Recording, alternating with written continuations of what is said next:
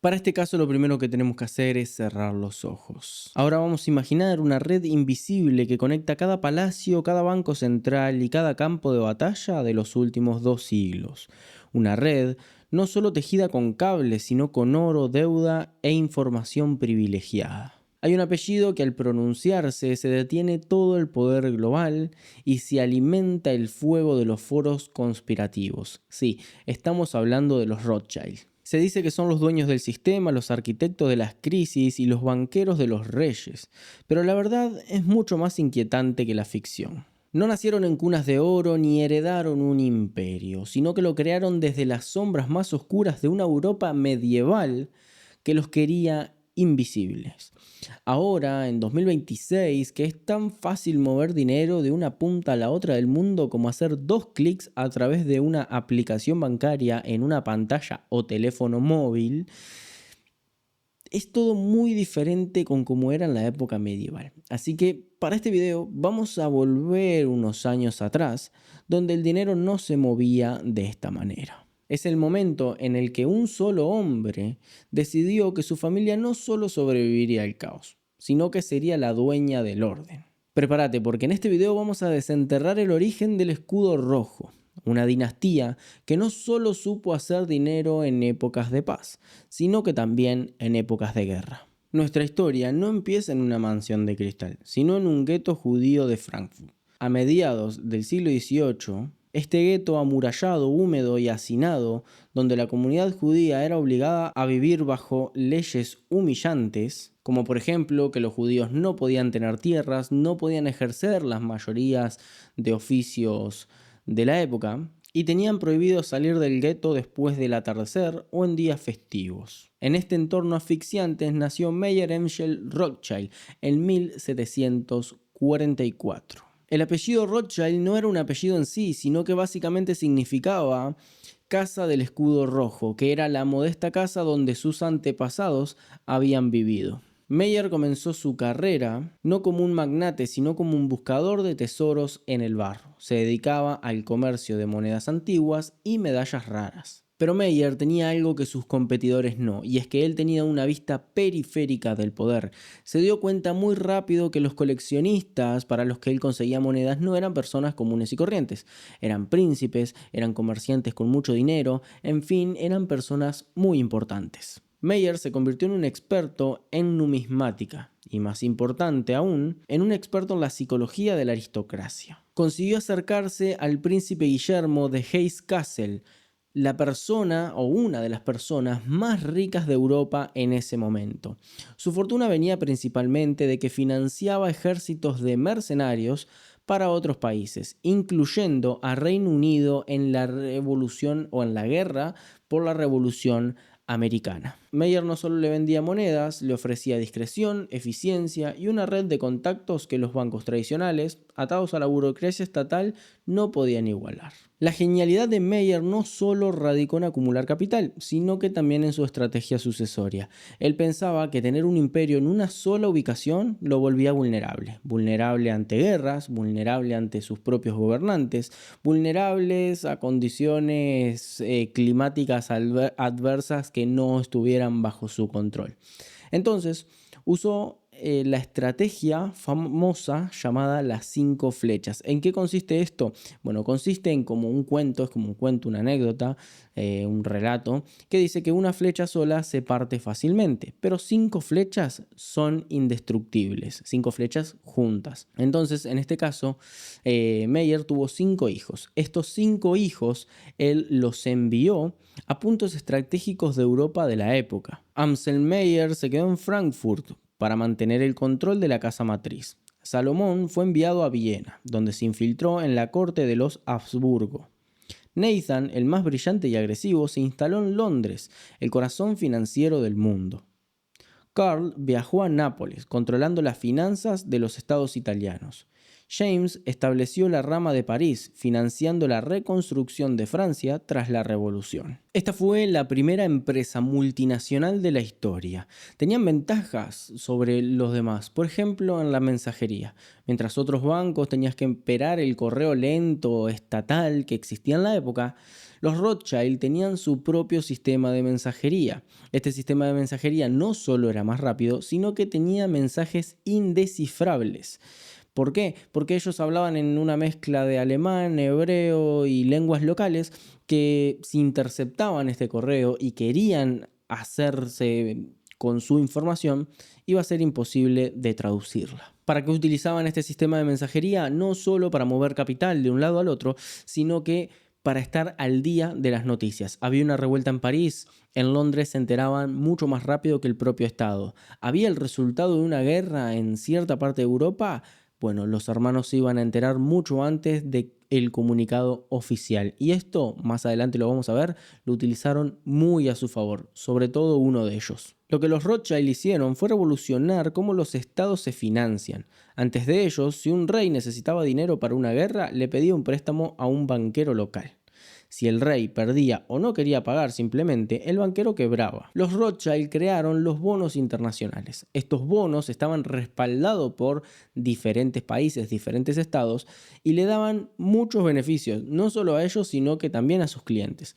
Por ejemplo, venía un país que quería pedir una suma astronómica de dinero y ellos se lo podían prestar. Se lo podían prestar sin arriesgar su propio capital y cobrando comisiones enormes que harían que su fortuna creciera muchísimo. Se convirtieron también en los árbitros de la guerra. Si los Rothschild no financiaban a un bando, ese bando probablemente iba a perder. Pero esta influencia no fue gratis, trajo consigo un odio profundo. Al ser una familia judía que controlaba el flujo de dinero de las monarquías cristianas, se convirtieron en el blanco perfecto para los prejuicios de la época. Se les acusaba de no tener patria, de alimentar conflictos solo por beneficio propio para ellos obtener más deuda y por ende más dinero, y de manipular los hilos de la política desde las sombras. Estas son las raíces de las teorías conspirativas que llegan hasta el día de hoy sobre esta familia, que al parecer son los titireteros que controlan todo el mundo desde las sombras. Meyer Ansel murió en 1812, pero antes de irse dejó un testamento que es la clave de por qué la familia sigue existiendo en 2026. Prohibió estrictamente que las hijas o sus maridos tuvieran acceso a las cuentas o a la gestión del negocio. El imperio debía mantenerse en manos masculinas Rothschild. Esto básicamente era para que no se fragmentara la fortuna.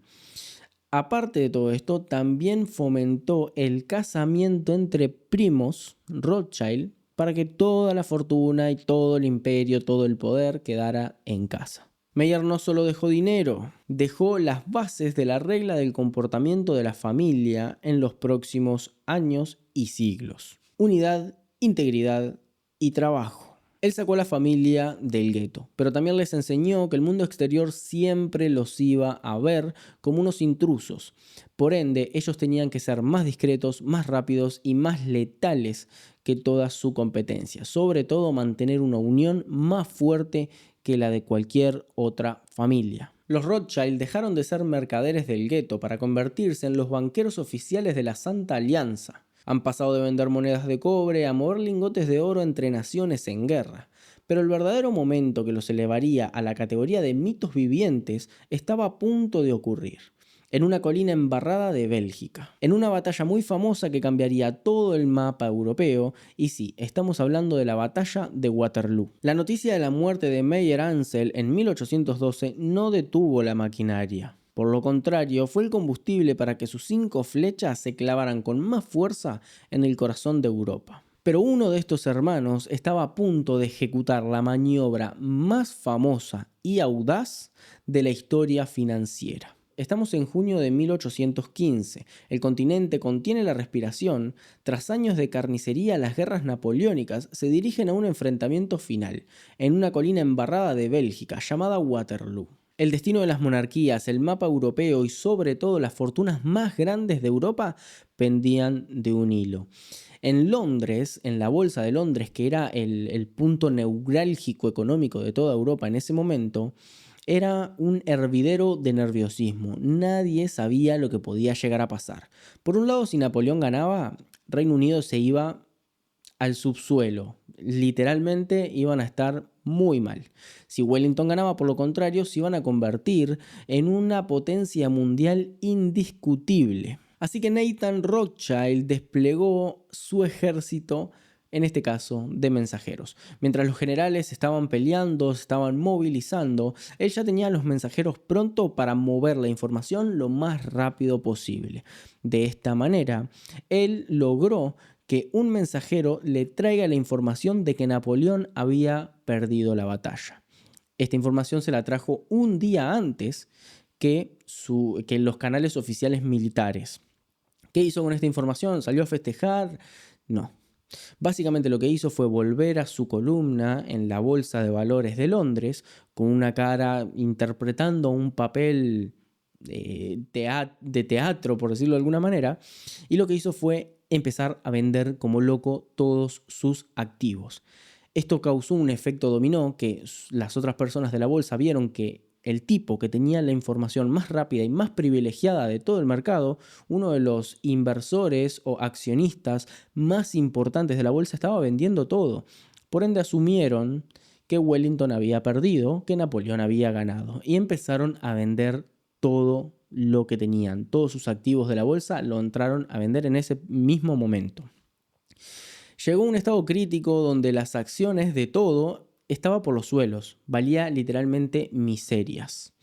En este momento lo que hizo Nathan fue, con agentes ocultos y en impecable silencio y discreción, entró a comprar todos los activos, todos los que pudo, absolutamente todo. Al día siguiente, cuando llegó la información por los canales oficiales de que Wellington había ganado, que Napoleón había perdido, Reino Unido subió a lo más alto del top global de ese entonces.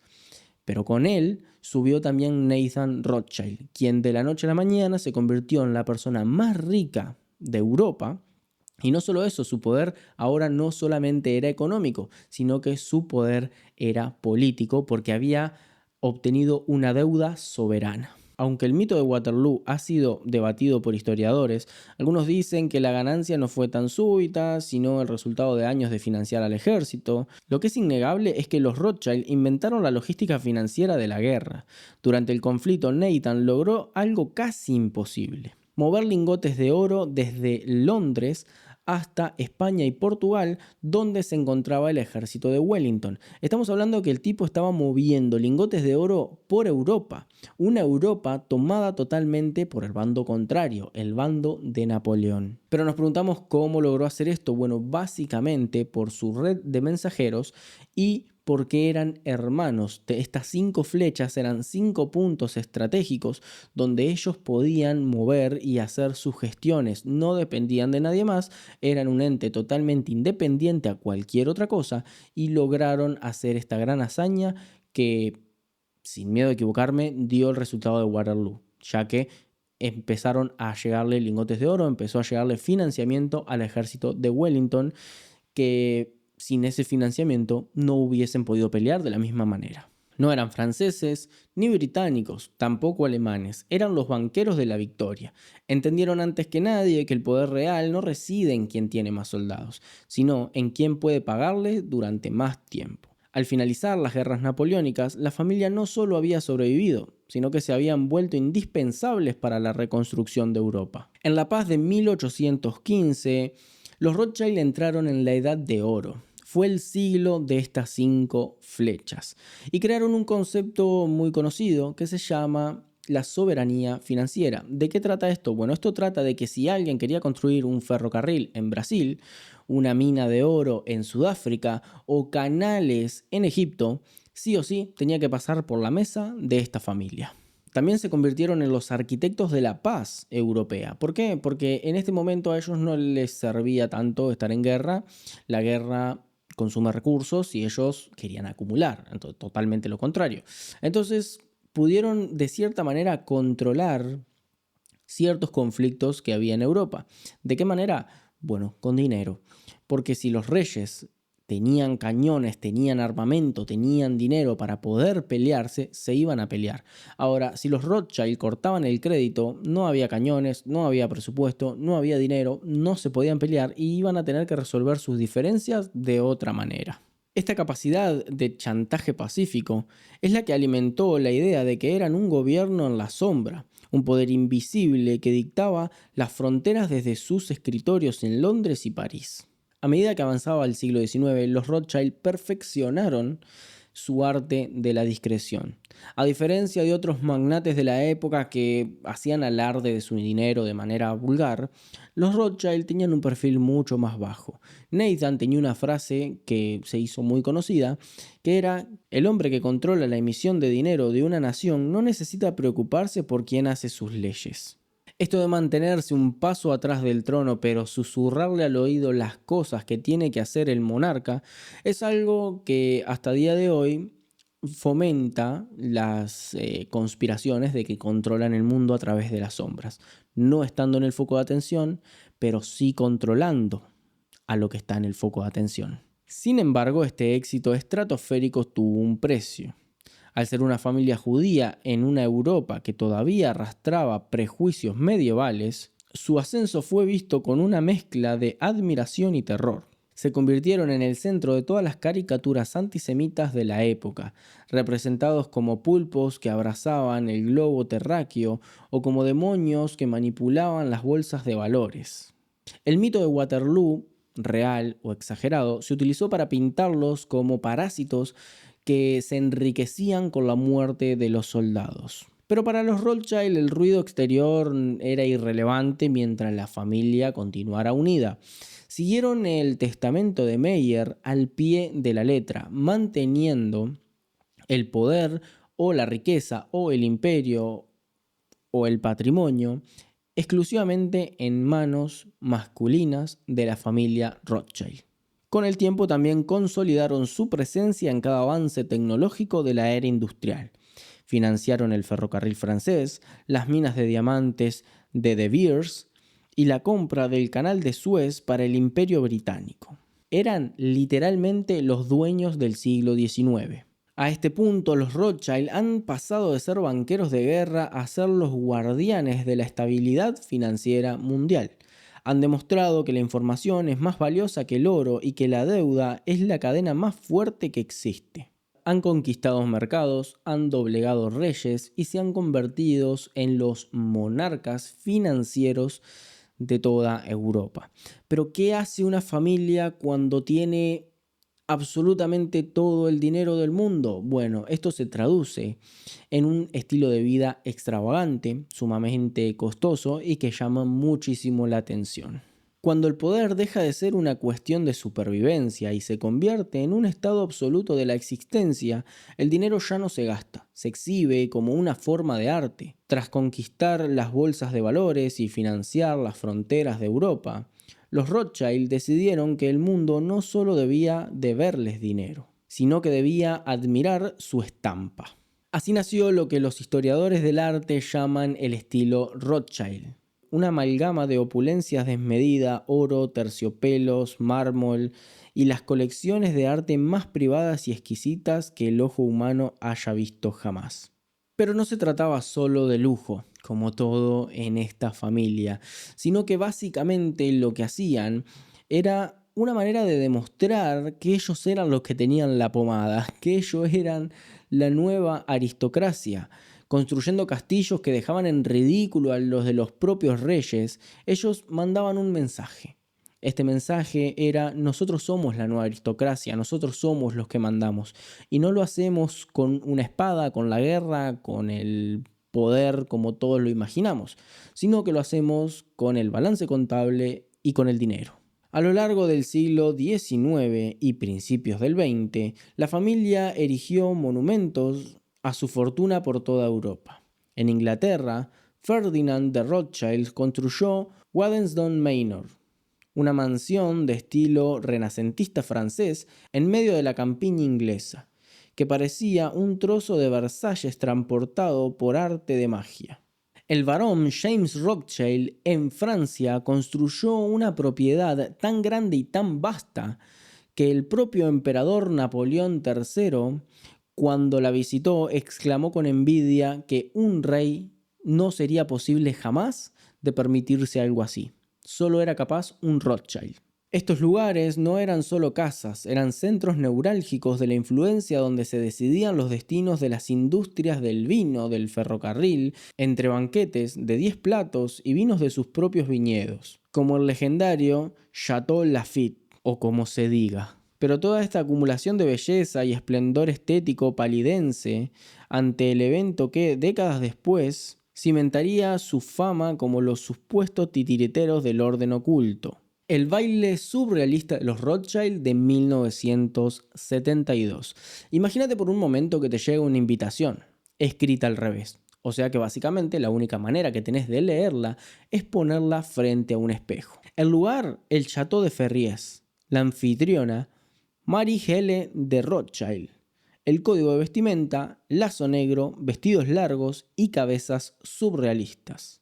El 12 de diciembre de ese año, la élite mundial cruzó las puertas del castillo que estaba iluminado con luces naranja intensas para que diera la sensación de como que estuviera prendido fuego, donde tenían que cruzar por una especie de laberinto que estaba marcado con tela de seda negra, simulando como si fuera telaraña, y donde muchos empleados maullaban como gatos y se estiraban en las zonas oscuras de sombra.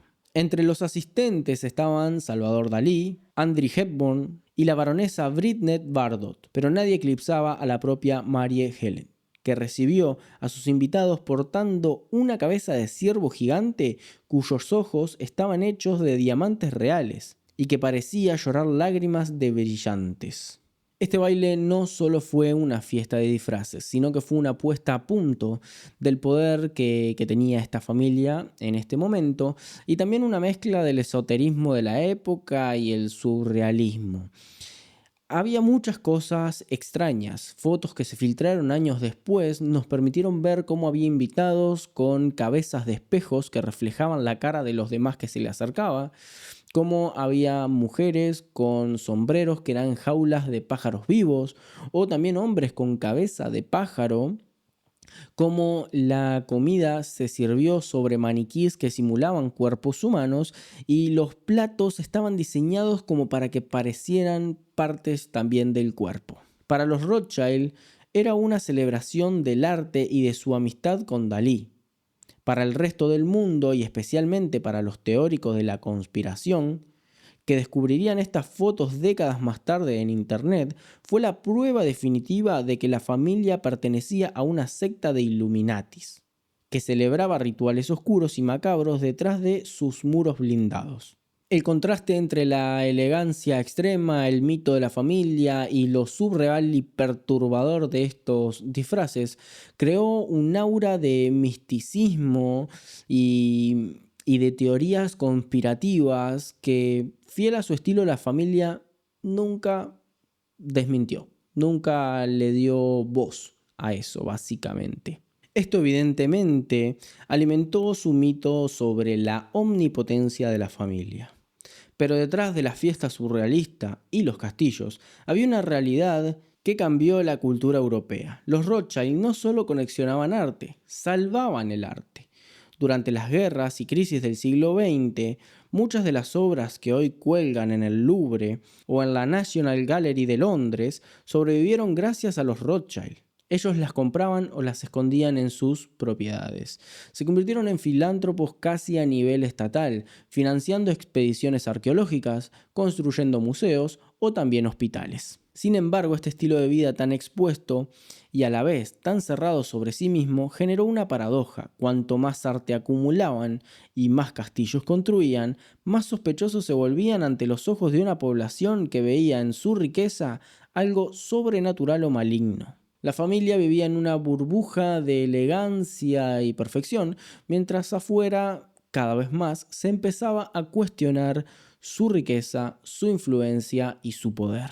Luego de que las fotos de la fiesta de 1972 fueran tomadas y almacenadas, estas fotos no quedaron en un álbum familiar, sino que décadas después y con la llegada de internet, todos tenemos acceso a ellas. Es más, en este video han visto muchas. Esto fue un combustible nuclear de una de las mitologías más persistentes y oscuras de la humanidad. Hemos visto su ascenso desde el gueto y su opulencia en los castillos, pero ahora debemos entrar en el terreno donde la realidad se dobla y la lógica se rinde ante el miedo. El mundo de las controversias y de las teorías conspirativas. ¿Son los Rothschild los titiriteros que mueven los hilos de cada crisis económica? ¿O son simplemente el blanco perfecto para una narrativa de odio que lleva siglos cocinándose? Hoy en pleno 2026 vamos a escarbar un poco en esto y vamos a tratar de destapar todos los agujeros de conejo que hay en la red sobre este apellido. La premisa básica de casi cualquier teoría conspirativa moderna sobre los Rothschild es que son los dueños de todos los bancos centrales del mundo, incluyendo la Reserva Federal de los Estados Unidos. Según esta narrativa, ellos imprimen el dinero que le da la gana y cuando le da la gana, financia a los estados, estos estados reparten el dinero en su propio país con sus propios habitantes y de esta manera ellos mantienen a toda la humanidad en una deuda perpetua. Es una historia seductora porque ofrece un villano único y tangible para los problemas económicos complejos. Sin embargo, la realidad técnica es mucho más aburrida. La mayoría de los bancos centrales son instituciones estatales o están bajo una regulación pública estricta. Pero entonces, ¿de dónde viene el mito? Viene de su omnipresencia histórica. Durante el siglo XIX, como vimos en Waterloo, los Rothschild eran efectivamente el sistema financiero. Eran los únicos con la capacidad de mover capitales entre naciones en guerra. Esa posición de prestamistas de última instancia para reyes y emperadores creó la percepción de que estaban por encima de las leyes nacionales. En la mente del público, si una sola familia o un solo banco pueden financiar a un Estado, entonces se convierten automáticamente en los dueños del Estado. Y eso es lo que genera la desconfianza hasta hoy en día en la banca que lleva su nombre. Es imposible hablar de las controversias de los Rothschild sin tocar la fibra más oscura, el antisemitismo. Desde sus inicios en Frankfurt, la familia fue el poster child del prejuicio antijudío. En el siglo XIX se difundieron panfletos satíricos que los pintaban como pulpos gigantes abrazando el globo terráqueo. Pero el punto de inflexión fue la creación de los protocolos de los sabios del Sion, un documento falso fabricado por la policía secreta zarista en Rusia, que pretendía detallar un plan judío para la dominación mundial. Aunque se ha probado una y mil veces que esto era totalmente un fraude, los Rothschild quedaron metidos en la cruzada como los financistas de este plan o de este proyecto, como le quieran llamar. Y lo que en un momento era algo religioso, hoy se transformó en las teorías del globalismo o el nuevo orden mundial. Cuando escuchás en foros de internet que una élite apatriada controla el clima, las pandemias y las elecciones, casi siempre el apellido Rothschild aparece en la primera línea. Son el chivo expiatorio perfecto, son inmensamente ricos, son discretos y sobre todo tienen una historia de éxito que parece desafiar las probabilidades humanas. Otra de las controversias más grandes que tiene la familia es que financian a los dos bandos de una guerra. ¿Qué sentido tendría esto? Bueno, una guerra para un banquero es un negocio redondo. Le prestas dinero para que se maten, gasten dinero en armamentos, destruyan infraestructura y luego le prestas más dinero para que vuelvan a reconstruir todo lo que destruyeron y vuelvan a financiar a personas familiares que se quedaron sin su padre, hermano, tío, lo que sea. Entonces, para un banco, para un banquero, es un negocio redondo. Y dicen que vienen haciendo esto desde la guerra napoleónica de Waterloo hasta la actualidad. La realidad es que no está probado y que si bien hicieron mucha de su fortuna haciendo esto en 1815, la realidad es muy diferente, la actualidad, mejor dicho, es muy diferente. La realidad histórica muestra que a medida que su imperio se consolidó, se volvieron pacifistas por interés. Las guerras mundiales del siglo XX, por ejemplo, fueron desastrosas para los Rothschild. Perdieron palacios, colecciones de artes incalculables y, lo más importante, su red de bancos en Europa Central fue confiscada por los nazis. El Holocausto no perdonó la rama francesa ni austríaca de la familia. Varios miembros fueron perseguidos y sus activos liquidados. Lejos de beneficiarse de esta carnicería, la Segunda Guerra Mundial casi borra el apellido Rothschild del mapa. Pero bueno, siempre es mejor quedarnos con la narrativa de la mano invisible que controla todo. Para ser justos, no todo es invención de foros de internet. Los Rothschild, como cualquier gran dinastía financiera, han operado en las zonas grises del poder. Han sido maestros del lobbying y de la diplomacia de pasillo. Su capacidad para sentarse a cenar con monarcas, con personas de muy alto nivel financiero, es una realidad. Y sobre todo en la década de los 2000 han tenido muchas controversias, por ejemplo con el caso Libor, que fue una manipulación de tasas de intereses, y ha sido criticada por su papel en asesorías de privatizaciones masivas que beneficiaron a grandes corporaciones sobre el interés público. Pero acá está la clave, la influencia real de los Rothschild hoy en día es la misma de cualquier banco de élite. Digamos, compite con JP Morgan, por ejemplo, que JP Morgan hoy en día actualmente tiene más capital que ellos. Y el problema no es que los Rothschild coman bebés en rituales surrealistas, sino que representan la cumbre de un sistema financiero globalizado que muchos sienten que los han dejado atrás. Su pecado no es la magia negra, sino el capitalismo de contactos. Pero ¿por qué la gente prefiere pensar que son Illuminatis a que son banqueros hábiles y que lo han sido durante siglos? Bueno, básicamente porque la narrativa de tener una familia malvada que planea las crisis o pandemias mundiales es mucho más reconfortante para las personas. Le pone cara a un sistema que se llama dinero y que es un sistema que nos involucra a todos. Pero la realidad es muy diferente. La realidad es que es una familia de banqueros que se han manejado muy bien durante el tiempo. Ahora que hemos atravesado la niebla de las conspiraciones y las máscaras de ciervo, es momento de volver a la luz del presente. Vamos a analizar quiénes son los Rothschild hoy, ahora, en 2026, y cómo una dinastía de siglos puede seguir manteniéndose erguida y en una posición muy alta en una época de digitalización total y de popularización masiva de criptomonedas. Llegamos a la luz fría y pragmática de este 2026. Si buscas a los Rothschild hoy, no los encontrás en sótanos oscuros planeando el fin del mundo, sino en las plantas más altas de los rascacielos de París, Londres y Ginebra. El verdadero misterio de la familia en el siglo XXI no es solo su supuesta omnipotencia, sino su asombrosa capacidad para seguir siendo relevante tras más de 250 años de historia.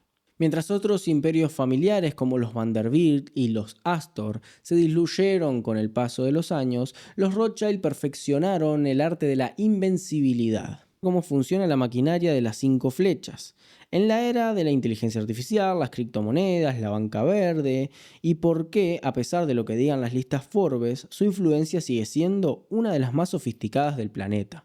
Lo que primero tenemos que entender es que hoy en día no funciona como un bloque sólido como en la antigüedad. Hoy la familia está dividida en 2 facciones que, si bien comparten herencia y apellido, trabajan individualmente. La primera es Rothschild & Co., el gigante de la asesoría financiera con sede en París y Londres. Es aquí donde reside el núcleo duro de la banca de inversión. No son un banco comercial donde nosotros podemos abrir una cuenta. Son una boutique de lujo para las finanzas y su especialidad son las fusiones y adquisiciones. Si una multinacional tecnológica quiere comprar su competencia por 50.000 millones de dólares o un país quiere solucionar su deuda externa, tiene que llamar a esta facción de los Rothschild. Desde 2018 esta rama está liderada por Alexandre de Rothschild, el representante de la 7ª generación. Alexander no llegó ahí solo por su apellido. Pasó por un riguroso proceso de formación en otras firmas como Goldman Sachs, para demostrar que podía mantener el estándar de excelencia de la casa. Bajo su mandato, la firma se alejó un poco del foco de las polémicas y las controversias y se dedicaron a hacer lo que mejor saben hacer, que es la consejería financiera de alto nivel. Básicamente, siguen aconsejando a los reyes, pero de la era moderna. Solo que ahora los reyes, en vez de tener esos trajes extravagantes de la antigüedad, ahora usan trajes de Silicon Valley, trabajan en criptomonedas o en Oriente Medio con pozos petroleros. El segundo gran bloque es Edmond de Rothschild Group. Esta rama es el epítome de la banca privada suiza y la gestión de activos. Tras la muerte de Baron Benjamin de Rothschild en 2021, el mando pasó a manos de su viuda Ariane de Rothschild. Ariane es una figura fascinante, una mujer que ha modernizado y mejorado mucho el sistema de esta facción de los Rothschild, centrándose en una visión implacable de las inversiones de alto impacto y la sostenibilidad. Esta rama del imperio no solo gestiona fortunas de clientes privados, sino que también controla los activos más tangibles de la familia. Los viñedos de clase mundial como Chateau Lafite de Rothschild, hoteles de lujos, fundaciones científicas y una flota de barcos de regata.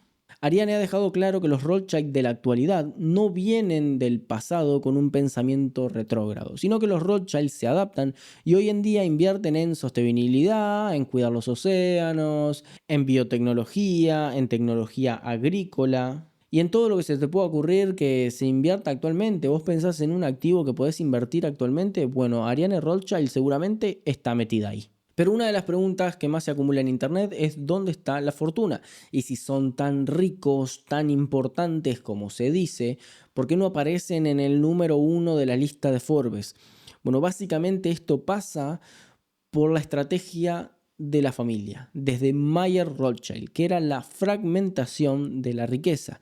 La riqueza no puede estar en un solo punto, tiene que estar en varios puntos para que el imperio sea sostenible e indestructible.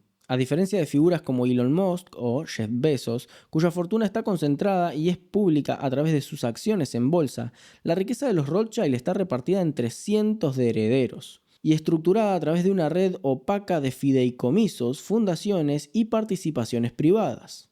Si sumáramos la fortuna de todos estos herederos, superaríamos fácil el billón de dólares, lo cual es muchísimo dinero. El tema está en que ningún miembro en particular, ningún miembro heredero único, tiene esta cantidad de dinero, lo cual convierte a la familia en invulnerable, porque no podés atacar a uno y destruir todo como un castillo de naipes, sino que básicamente si atacás a uno, destruís a uno, pero todos los otros cientos de herederos mantienen su poder. En este 2026, los Rothschild se han posicionado como líderes en la transición hacia la economía verde. Han entendido que, así como en el siglo XIX el futuro era el ferrocarril, hoy el futuro es la descarbonización. Rothschild & Co. ha asesorado algunos de los mayores acuerdos de energía renovable en Europa y Asia. Saben que el dinero del futuro tiene que ser plenamente limpio, no por una cuestión moral, sino simplemente por una cuestión financiera. También han coqueteado mucho con las criptomonedas, como cualquier persona o familia que tenga mucho dinero en este siglo. Pero no los vas a ver promocionando el último token o alguna criptomoneda de moda, sino que básicamente ellos están atrás, están en la infraestructura que en algún momento fusionará la banca tradicional con la banca digital de las criptomonedas. Ellos siguen manteniendo ese lema de Mayer Rothschild, el primer Rothschild influyente, que es ser los primeros en actuar, pero ser los últimos en alardear, llegar primero a todo. Esto es lo que ha convertido a esta familia en lo que es hoy en día y en lo que fue en los últimos 250 años. Pero para terminar voy a dar mi opinión personal, y es que ¿qué piensan de los Rothschild? Quiero que me lo dejen en los comentarios. ¿Qué piensan de esta familia? ¿Creen que controlan todo por atrás o cómo es? Yo la verdad pienso que no. Si una sola familia controlara todo lo que pasa en el mundo, nos hubiésemos dado cuenta. No estamos en la era medieval, tenemos relativa libertad de expresión y ya hubiesen salido muchas cosas a la luz. Sí creo que es una familia que ha mantenido una estrategia fenomenal y que es de lo más destacable que tienen, no solo el dinero que han podido generar, sino el hecho de mantener ese imperio, esa dinastía durante tanto tiempo. Estamos hablando 250 años. Básicamente hace 250 años el país donde yo vivo, que es Uruguay, no existía hace 250 años. Estamos hablando que muchos países no existían como país como tal, no eran países independientes. 250 años históricamente es poco, pero para una familia es mucho. Ninguno de nosotros tiene una familia de 250 años para atrás, o sea, evidentemente sí, porque todos salimos de algún lado, pero si nos ponemos a escarbar, no tenemos el abuelo tal que fue el que empezó un negocio y ese negocio hoy tiene 250 años. En lo que más nos acercamos son en viñedos históricos que hay. En mi país hay muchos, en Argentina también, en Francia, y pertenecen a familias que pasa generación tras generación, pero no recuerdo ninguna que tenga 250 años, o sea, 100 años, 100 y poquitos años, sí, pero no recuerdo ninguna que tenga 250 años, son un montón de años, 250 años. Así que nada, este fue todo el tema de hoy. Déjame en los comentarios qué te pareció. Esto no es un caso criminal, es la primera vez que hago algo que no es un caso criminal. Así que puedes dejarme qué te parece, si te gusta este tipo de videos, si no te gusta este tipo de videos. Es un canal relativamente nuevo, así que todo el apoyo que puedas dejar con un comentario, con compartir este video, con mandárselo a familiares, amigos que les pueda llegar a interesar este tema o cualquiera de los otros temas que tenemos en el canal, es muy bienvenido y te lo voy a agradecer un montonazo. Así que sin más nada que decirte, nos vemos en los comentarios y también nos vemos en un siguiente video.